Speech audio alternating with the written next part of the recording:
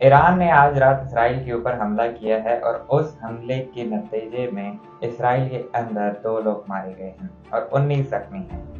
इस हमले के इतने खतरनाक या इतने हॉरिफिक कॉन्सिक्वेंसेस क्यों नहीं हुए, इस बात को देखने के लिए सबसे पहले हमें देखना है कि इसराइल के पास ऐसी क्या चीज़ है कि ना गज़ा के अंदर जो हमास ने हमले किए हैं उनमें कोई इनकी तबाही हुई है, ना लबनान के अंदर जब हिज़्बुल्लाह ने रिटेलिएट किया है उससे भी तबाही हुई है। इस चीज़ का एक ही आंसर है, the iron dome defence system. Israel के पास आयरन डोम डिफेंस सिस्टम है जो कि उसको बिल्कुल ही बैलिस्टिक और जितने भी मिसाइल आते हैं उनसे बिल्कुल महफूज रखता है। ये एक डोम की शक्ल का एक वर्चुअल स्पेस बनाता है, जो भी उस रडार के अंदर चीज आती है उसको खत्म कर देते हैं। 2007 में इसराइल के अंदर राफेल एयर डिफेंस कंपनी और इसराइल एयरोस्पेस इंडस्ट्री ने मिलकर एक प्रोजेक्ट शुरू किया जो सिर्फ $100 मिलियन से शुरू हुआ था। 2009 में उन्होंने पहला इंटरसेप्टर बनाया जो कि कामयाब तजर्बे के बाद 2011 में लॉन्च कर दिया गया है। 2011 से लेके अब तक Israel iron dome defence system ने अभी तक इसराइल के अंदर भारी जानी नुकसान से बचाया है। इस डिफेंस सिस्टम का पर्पज इसराइल को इर्द गिर्द के खतरा से महफूज रखना है। Iron dome defence system work कैसे करता है? जब भी कोई मिसाइल इसराइल की टेरिटरी में एंटर होता है तो आयरन डोम एक्टिवेट हो जाता है। वो पहले डिटेक्ट करता है कि क्या ये मिसाइल जो आ रहा है ये ओपन एरिया में गिरेगा या पॉपुलेशन के ऊपर गिरेगा। अगर तो इसने ओपन एरिया में जाना है तो वो रिएक्ट नहीं करेगा क्योंकि ओपन एरिया में हो सकता है कोई नुकसान ना हो। अगर मिसाइल का रुख पॉपुलेशन की तरफ है, the system activate and it starts collecting information कि ये कितना डैमेज कर सकता है। डैमेज असेसमेंट के बाद ये इंटरसेप्टर लॉन्च करता है। ये इंटरसेप्टर या तो डायरेक्टली जाके हिट करता है आने वाले मिसाइल को या उसके करीब जाके एक्सप्लोड होता है ताकि वो भी एक्सप्लोड हो जाए। इस तरह से आयरन डोम जो है किसी भी आने वाले मिसाइल को रोक लेता है। अब इसकी कॉस्ट क्या है? अगर आप एक हल्का सा भी ड्रोन छोड़ें तो इसराइल के आयरन डोम को लॉन्च करने के लिए $50,000 चाहिए होते हैं और ये पाकिस्तानी 1.5 करोड़ रुपए बनते हैं। अगर इसराइल हर दफा यानी कि 100 या 200 मिसाइल्स को इंटरसेप्ट करता है तो इसका खर्चा बिलियंस ऑफ डॉलर्स में होता है। रात को इसराइल ने 90% ऑफ मिसाइल जो हैं वो हिट किए हैं।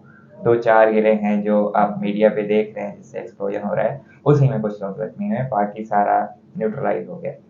इस सिस्टम का फायदा ये है कि इसराइल अपने ऊपर आने वाला कोई भी हमला जो है वो रोक सकता है। एक सूरत है इस सिस्टम को जाम किया जा सकता है कि आप हंड्रेड्स एंड थाउजेंड्स इकट्ठे नॉर्मल मिसाइल लॉन्च करें जिनको रोकने के लिए जब वो आयरन डोम वर्क कर रहा हो उसके ऊपर फिर आप बड़े मिसाइल लॉन्च करें, तभी ये सिस्टम ब्रेक हो सकता है, अदरवाइज इट्स इम्पॉसिबल। हाँ, हजारों मिसाइल एक ही वक्त में आ रहे हैं तो सिस्टम को एक ही वक्त में डिफरेंट चीजों को शूट करने में टाइम लगेगा। इसराइल का ये आयरन डोम ईरान से महफूज तो कर रहा है लेकिन इसका खर्चा बिलियंस ऑफ डॉलर्स में हो रहा है। ये आ कहाँ से रहा है? ये खर्चा पे कर रहे जनाब आला अमेरिका।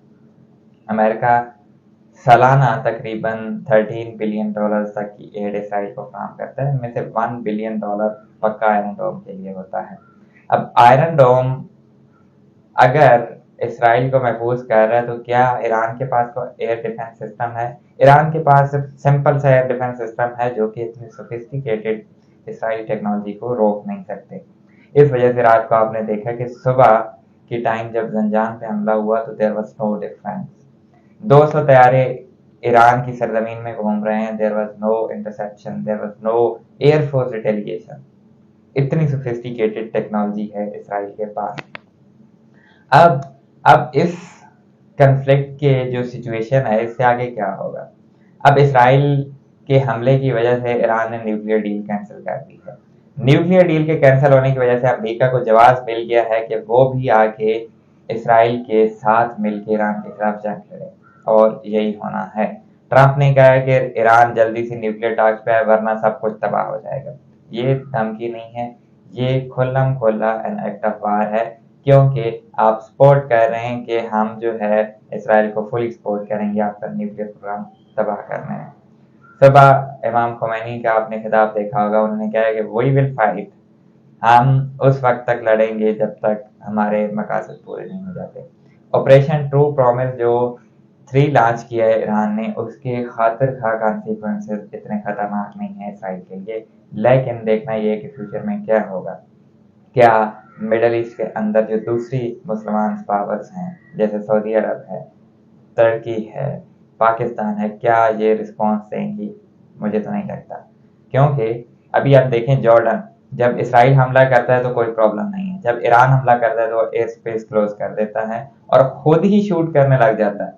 यानी कि ईरान के मैक्सिमम मिसाइल तो जॉर्डन शूट कर देता है। ये हाल है मुस्लिम उम्मा का, ये हाल है मुसलमानों का कि आपस में ही लड़ रहे हैं। वो तो एंजॉय कर रहे हैं भाई, वहां तक जो पहुंचते हैं उनका आयरन डोम नहीं जाने देता। ये सिचुएशन है। इस सिचुएशन से निपटने के लिए ईरान क्या कर सकता है?